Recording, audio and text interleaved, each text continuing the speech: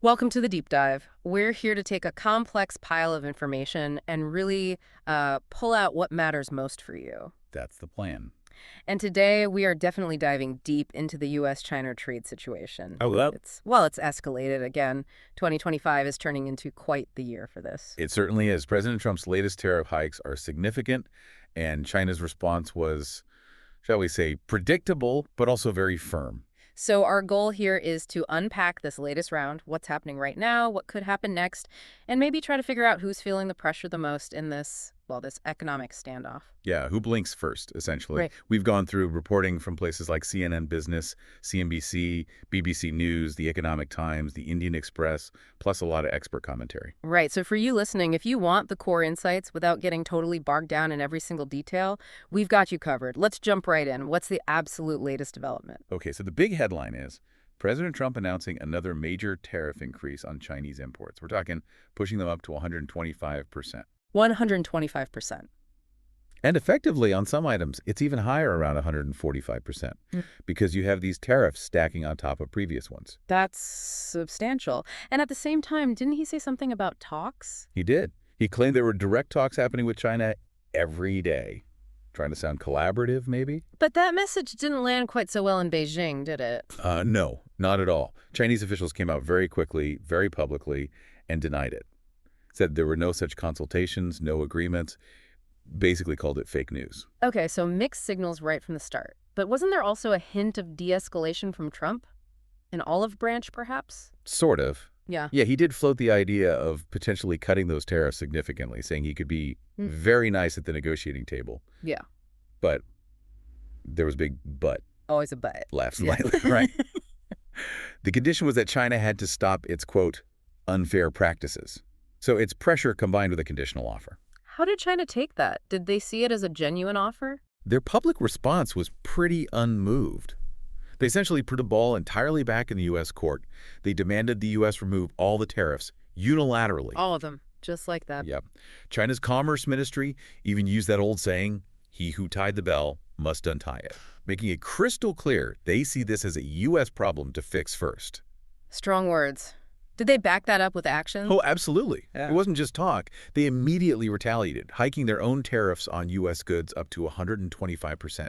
That's a big jump from the 84% they were at. So matching the U.S. hike. Pretty much. Right. And they added a stark warning. They basically said that at these tariff levels, there's effectively no longer a market for U.S. goods imported into China. Wow. And they added that any further tariff increases from the U.S. would just be ignored, like they've reached their limit for this kind of tit for tat. Okay, so China's definitely digging in. Let's try and get inside their thinking. How are the officials, the experts in China, actually viewing these U.S. moves? Well, the prevailing view, judging from the sources, is one of deep skepticism. And honestly, a lot of mistrust towards Trump.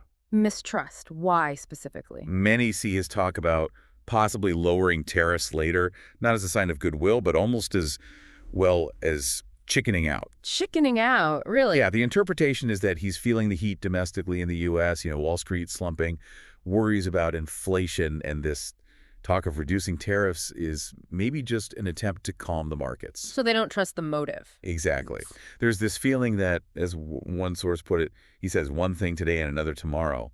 That inconsistency makes them very wary. Okay, so if they don't trust the U.S. messaging, what's their game plan? Just wait it out. It seems that way. Yeah. The feeling is that China believes it has the upper hand, or at least enough resilience, to withstand the pressure for now. They seem to be in no rush to make a deal. So endure the pain now for potentially a better deal later. That appears to be the strategy. We can afford to wait a little longer, was a sentiment expressed. And alongside this, you see President Xi Jinping making moves to strengthen ties elsewhere, particularly in Southeast Asia, projecting strength and stability. But is everyone in China on the same page with this waiting game strategy? Or are there internal concerns? That's a really important nuance. While the official line is rock solid, there are definitely some Chinese experts, often speaking more privately or cautiously, who are worried. Worried about what specifically? About the real economic damage these high tariffs are inflicting on China itself. Things like sluggish growth, the potential for job losses, even the risk of social unrest if the economy suffers too much. That could challenge the government's legitimacy, you see. But those voices aren't getting much airtime. Generally, no. Views that diverge too much from the official optimistic narrative tend to get censored, especially on social media. That makes sense. What about China's overall economic targets? They usually set quite ambitious goals, right? They do. For this year, the target was around 5% growth, which is ambitious in the current climate. And are these tariffs making that target harder to hit? Oh, definitely. Most economists doubt they can achieve that 5% now, especially with these U.S. levies hitting key exports. We saw a bit of an export bump earlier in the year, but the consensus is that's not sustainable with tariffs this high.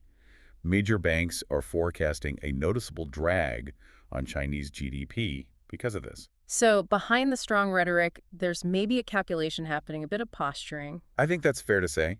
There's likely an element of saving face, appearing strong, while hoping the U.S. feels the economic pain first and, blinks. Right. So, if the U.S. does offer concessions, China can frame it as a win. Precisely. They want any future talks to be, as some sources suggest, on China's terms. They decide when, they decide what gets discussed. Okay, let's shift focus back to the U.S. What kind of pressure is President Trump facing at home because of these tariff hikes? It can't all be smooth sailing. No, definitely not. He's getting considerable pushback. He recently met with CEOs from huge retailers. Think Walmart, Target, Home Depot, Lowe's. And what did they say? They expressed serious concerns, worries about the economic fallout, the sheer uncertainty this creates for their businesses, for supply chains, for pricing. It's not just retailers sounding the alarm bells, is it? What about Wall Street? No, you're right. Major investment banks are now openly warning that these high tariffs from both sides could realistically push the U.S. and maybe even the global economy into a recession. Recession, that's a strong warning. It is, and that level of risk weighs heavily on the business community and, you'd assume, on the administration. So is there any sign the U.S. might actually backpedal a bit? You mentioned Trump hinted at reductions. There was that comment from a White House official suggesting they might consider lowering the effective 145% rate down to somewhere between roughly 50% and 65%. Okay, that's a big drop, but still very high. Exactly. Yeah. And according to the Chinese experts we've seen quoted, even that level, 50 to 65%, probably isn't enough to get China seriously interested in negotiating again.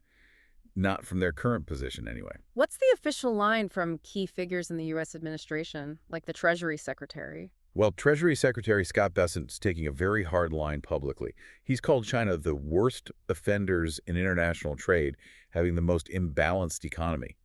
He framed this escalation as ultimately being a loser for them, for China. So doubling down on the tough stance. Seems so.